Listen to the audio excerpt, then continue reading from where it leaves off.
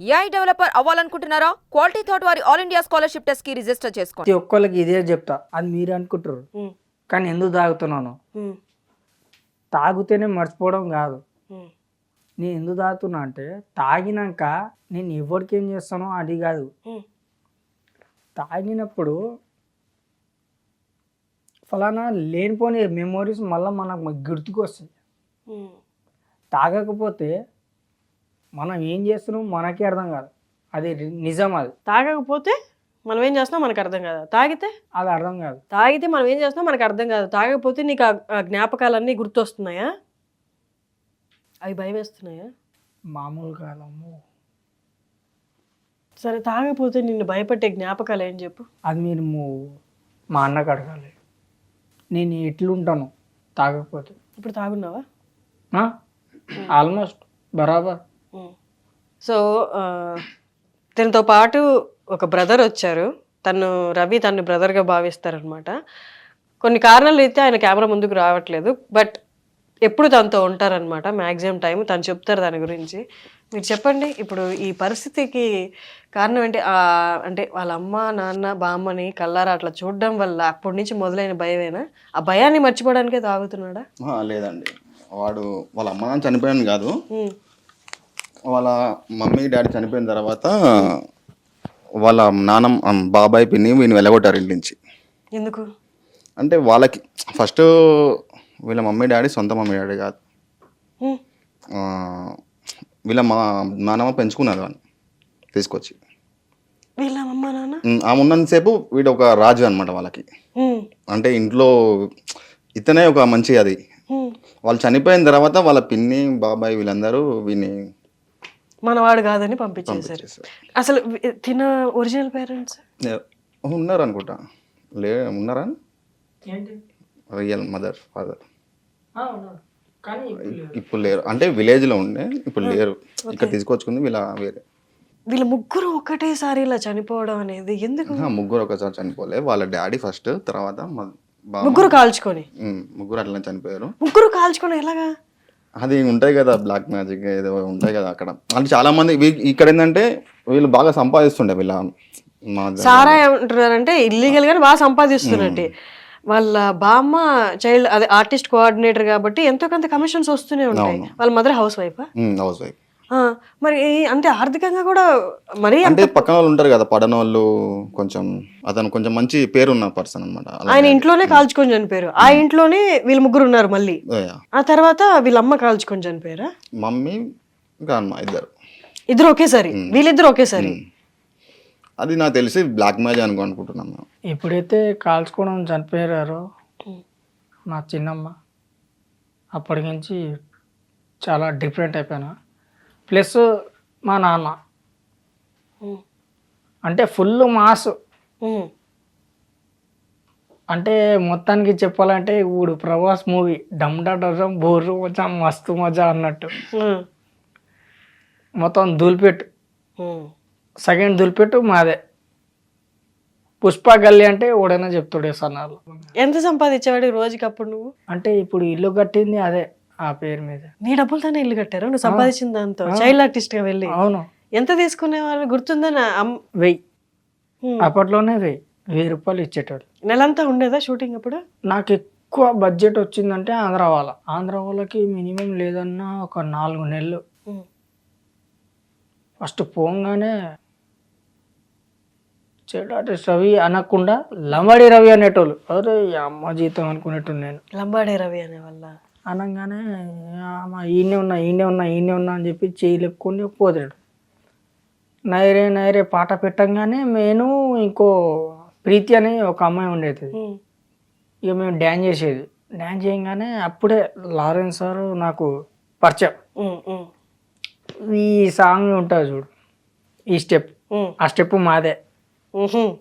ఆ స్టెప్పు ఆ సాంగ్లో వేసారు అలానా అని చెప్పగానే అప్పుడు ఫేమస్ అయినా. ఎవరినైనా ఇష్టపడ్డావా రవి? నిజం చెప్పానా అబద్ధం చెప్పానా? నిజం చెప్పు. నిజం చెప్పాలంటే ప్రీతి అని ఒక అమ్మాయికి ప్రేమించాను. ఆ ప్రీతియేనా? ఆంధ్ర వాళ్ళ ప్రీతియా? ఆ ప్రీతిగా ఇప్పుడే ప్రీతి అని చెప్పావు. ఆమె పేరు కూడా ప్రీతియే, ఈమె కూడా ప్రీతియే. కానీ ఆమె ఇక్కడ లేదు, యూఎస్లో ఉంది. అంత రిచ్చే మనమే దిగిపోరు. ఇద్దరు ప్రేమించుకున్నారా? లేదు, నువ్వు ఒక్కడే ప్రేమించు. One side. చెప్పావా అమ్మాయికి? చెప్పలేదు, కానీ జస్ట్ చేయకండి ఇచ్చావా? అంతే. భయం వేసిందా చెప్పడానికి? పెళ్లి అంత పెద్దవాళ్ళకి డైలాగ్ చెప్పినా కానీ ఆమెకు చెప్పడానికి భయం వేసేది. నిజం మేడం. ఏ వయసులో? అప్పుడు నాకు 13 ఉంటుంది. నువ్వు ఏ ఇయర్లో పుట్టావు నీకు గుర్తుందా అసలు? 96. 96లో పుట్టావు. 96లో పుడితే ఇప్పుడు వయసు ఎంత దీనికి? 28. ఏంటన్నా?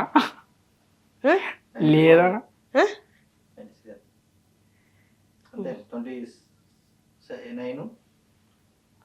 మేడం 30 మేడం ఇప్పుడు దగ్గరగా. నీకు గుర్తులేదన్నావు, పేరెంట్స్ గురించి అడిగాను. వర్క్కి వెళ్ళడానికి ఇష్టం లేదంటున్నావు. ఏ వర్క్? ఇప్పుడు ఏదైతే shooting set work okay, set వరకు ఓకే, షూటింగ్ పో. నేను ఎవరైనా డైరెక్టర్ పిలిచారా? బాబీ గారు పిలిచారు. డైరెక్టర్ బాబీ గారు పిలిచారు. పిలిచి చెయ్యి ఈ రోజులు అన్నారు. ఎప్పుడు? డాకు మహారాజ్లోనా? అది సినిమాలో నాకు కూడా ఎన్ని నెలల క్రితం పిలిచారు? ఓ సంవత్సరం అవుతుంది. డాకు మహారాజ్ పిలిచినప్పుడు నేను నువ్వు అని చెప్పి ఒప్పేసి ఇట్లా స్మోక్ గంప పట్టుకొని వెళ్ళిపోయి. ఓ సెట్ లో ఉన్నప్పుడు అడిగారా చెయ్యని? ఏ సెట్ లోనే ఆల్రెడీ ఉన్నావు కదా, ఇప్పుడు నువ్వు ప్రొడక్షన్ పని చేస్తున్నావు, దాని బదులు యాక్టింగ్ చేయొచ్చు కదా అక్కడే ఉండి. అక్కడ దానికంటే డబ్బులు ఇస్తాడు, సాయంత్రం పంపించేస్తాడు. మీరు అట్లా అనుకుంటున్నారు, కానీ అప్పటికి మనకు డోస్ లేదు. లేదు, ఇప్పుడు తాగకుండా ఉండడానికి అతను తాగకుండా ఉండలేడు అసలు. ఒక 2 days తాగలేదు, బంద్ చేయించాము. మార్నింగ్ సాయం పైకి ఎక్కేసాడు బిల్డింగ్ మీదకి. మంది ఇప్పిస్తే దిగుతా, లేదంటే చచ్చిపోతాయి ఇంటికి. అంతా అటాక్ అయిపోయింది దానికి, మందుకి. అమ్మ వాళ్ళు చనిపోయింది ఎప్పుడు? వీళ్ళ అమ్మ వాళ్ళు చనిపోయింది ఎప్పుడు? 7-8 years 8 years అవుతుంది. అక్కడ నుంచి ఎక్కువ అయిపోయింది. వీరికి తనకున్న ఫ్రెండ్స్ కూడా స్లమ్ అంటే మాస్ అట్లా ఉన్నారనమాట. ఇక్కడ ఉన్న పొరాలతో తిరుగుకుంటా రోజు అదే మందు పడుకోవడం, తాగడం, పడుకోవడం, అంతే. తిరిగి మానేయాలని ఉందా? చెయ్యాడు, చేసి చచ్చిపోతాడు. ఒక 2 రోజులు బంద్ చేయించినాం మేము. 3వ రోజు ఎక్కిండి బిల్డింగ్ ఎక్కేసిన పైకి.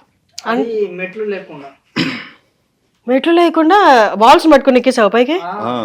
ఎక్కేసి పిచ్చి. కాదు అసలు చూడు ఎంత ప్రౌడ్ గా చెప్పుకుంటున్నాడా. గుర్తుంది నాకు, గుర్తుంది. వాడు చాలా సినిమాలు వచ్చాయి, ఆఫర్స్ వచ్చాయి, నిజంగా గుర్తుంది. సామి వేసడం అని అట్లా బాదుకుంటూ ఉంటున్నా. చెయ్యి తీస్తే చచ్చిపోతావు అంటే అబ్బా అని చెప్పేసి ఈ చెయ్యి పట్టుకోకుండా అట్లే గట్టిగా పట్టుకొని ఉన్నా. నాకు ఎటు అర్థం కాల. ఏమో నాకేందో చెవులో అట్లా వినిపిస్తుంది నాకు. చెవులో వినిపిస్తుంటే ఏంటి ఇది అని చెప్పేసి నాకు అప్పుడు అర్థం కావట్లా. ఖాళీ చెయ్యి తీయొద్దు అన్నది. చెట్టుకు చూస్తున్నా, ఇక నేను దర్శనం చేసుకుంటున్నా చెట్టుకే. ఆ సైలెన్స్ ఏంటారు అంటే తెల్లారి లేచిన తర్వాత తెలిసింది. అది కూడా ఇక ఇది ఎప్పుడు, ఏ టైంలో? రీజన్గా సంవత్సరం కిందే. ఏదేదో పురుగులు ఎక్కుతున్నట్టు, జేబులకేం ఎక్కుతున్నట్టు, ఇక్కడికేం ఎక్కుతున్నట్టు, కర్ర కర్ర కర్ర కర్ర అని కొడుతున్నట్టు, ఏదేదో పిచ్చి పిచ్చిగా. అంటే తాగిపోతే 3 రోజులు మానేసిన మేడం. 3 రోజులు మానేసి దాని తర్వాత అబ్బో నరకం మామూలు కాదు. అమ్మో తాగకుండా నేను ఉండలేను రో నాయన.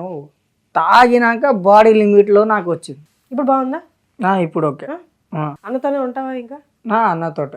నువ్వు ఇంకొంచెం తగ్గించిన తర్వాత నువ్వు మొట్టమొదట చేయాల్సిందే, నువ్వు వెళ్ళి లారెన్స్ గారిని కలు. నిన్నట్టే ఇప్పుడు స్కూల్కి పంపించలేరు కాబట్టి నువ్వు వెళ్ళి ఫస్ట్ పోయినాక నన్ను కొడతాడు మేడం. కొట్టించుకో, పర్లేదు కొట్టించుకో. ఆయన మంచి ఆయన కదా, నీకు ఒకప్పుడు హెల్ప్ చేయి, నీ లైఫ్ని ఒక దారిలో పెట్టాలనుకున్నాను కదా, నువ్వు వెళ్ళి కలువు. నీ లైఫ్ నిజంగా అక్కడి నుంచి ఇంకా మారిపోతుంది. ఫస్ట్ ఆఫ్ ఆల్ నువ్వు ఎందుకు ఊరికిపోయినావు అని చెప్పేసి నన్ను కొడతాడు మేడం. అవును, ఆ వయసులో ఎవరైనా వెళ్తారులే, క్లారిటీ ఉండదు. ఆయన అంత మెచ్యూర్డ్, నిన్నేం కొడతాడు, నువ్వు చచ్చిపోయేదాకా నేను కొట్టాడు, అలా 2 దెబ్బలు వేసినా ఇంక నుంచి నువ్వు బాగుండేలా చెప్తాడు ఆయన. నిన్ను ఆ వయసులోనే నీ మంచి కోరుకున్న ఆయన ఇప్పుడు ఈ పరిస్థితిలో చూసి ఎవరు లేరు అని నువ్వు ఫీల్ అవుతున్నప్పుడు నేను ఎందుకు దగ్గరకు తీసుకోడు? నీలాంటి ఎన్నో వేల మందిని ఆయన దగ్గరకు తీసుకుంటున్నాడు కదా, వాళ్ళందరికీ ఆయన అమ్మా నాన్న అయ్యాడు కదా. నువ్వు కలుస్తావు మరి? కలుస్తా అంటే ఫస్ట్ ఆఫ్ ఆల్ చూడంగానే నా గుండె మాత్రం ఆగదు. మా అమ్మని చూసినప్పుడు కూడా బతికి వచ్చినా కూడా చూస్తానో లేదో తెలియదు, కానీ ఆయన నాకు అంత మంచిగా చూసుకున్నాడు. ఫస్ట్ అన్న స్నేహం వదలకు. 2 లారెన్స్ గారిని నువ్వు ఖచ్చితంగా కలు, సరేనా? Okay, thanks ma'am. Thank you. నేను వెనకబడి రోడ్డు మీద నిన్ను ఇక్కడ దాకా లాక్కొచ్చినందుకు వచ్చావు, కానీ నువ్వు బాగుపడితే నాకు చాలా హ్యాపీగా ఉంటుంది. నేను నిజంగా నువ్వు బాగుపడితే నేను వచ్చి చూడాలనుకుంటున్నాను నిన్ను. Thank you so much. Suman టీవీలో మీ పర్సనల్ అండ్ బిజినెస్ ప్రమోషన్స్ కోసం కింది నెంబర్కి కాంటాక్ట్ చేయండి.